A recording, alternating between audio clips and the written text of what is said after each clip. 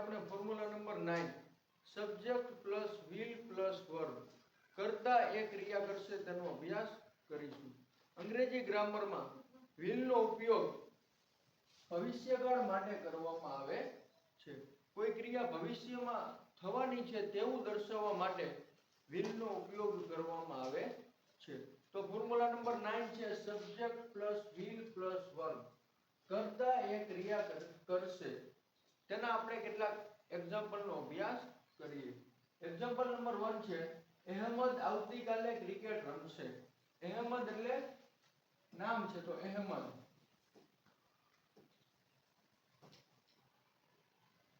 Cricket રમશે. Cricket એટલે કઈ ક્રિકેટ અને રમશે એટલે will play. Ahmed will play cricket. Ahmed છે તે કર્તા છે, રમશે તે ક્રિયાપદ છે, ક્રિકેટ છે તે કર્મ છે અને આવતીકાલે એટલે અન્ય શબ્દ. તો Ahmed will play cricket tomorrow.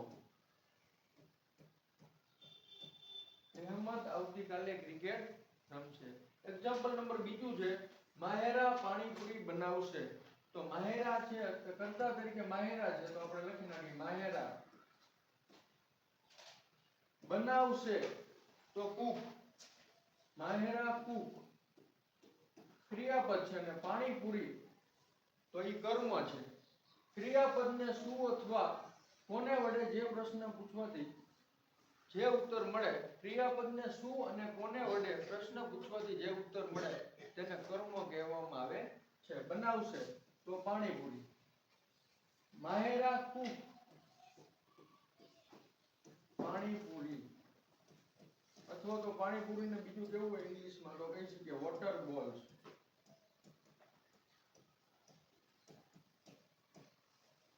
ત્રીજો એક્ઝામ્પલ છે ફેરિયાઓ ફળો વેચશે. ફેરિયાઓને ઇંગ્લિશમાં કહેવાય હોકર્સ. ફળો એટલે ફ્રૂટ્સ અને વેચશે એટલે સેલ. તો will sell. ફેરિયાઓ એટલે હોકર્સ વેચશે તો will sell અને ફ્રૂટ્સ એટલે ફળો. તો હોકર્સ will sell fruits. ફેરિયાઓ ફળો વેચશે. અહીંયા બીજા એક્ઝામ્પલમાં માહેરા પાણીપુરી બનાવશે તો અહીંયા Mahera will cook. Mahera will cook panipuri અથવા તો વોટર બોલ્સ. તો આવી રીતે અંગ્રેજી ગ્રામરમાં will નો ઉપયોગ કરવામાં આવે છે. આઈ હોપ મને આશા છે કે તમને આ ફોર્મ્યુલા છે તે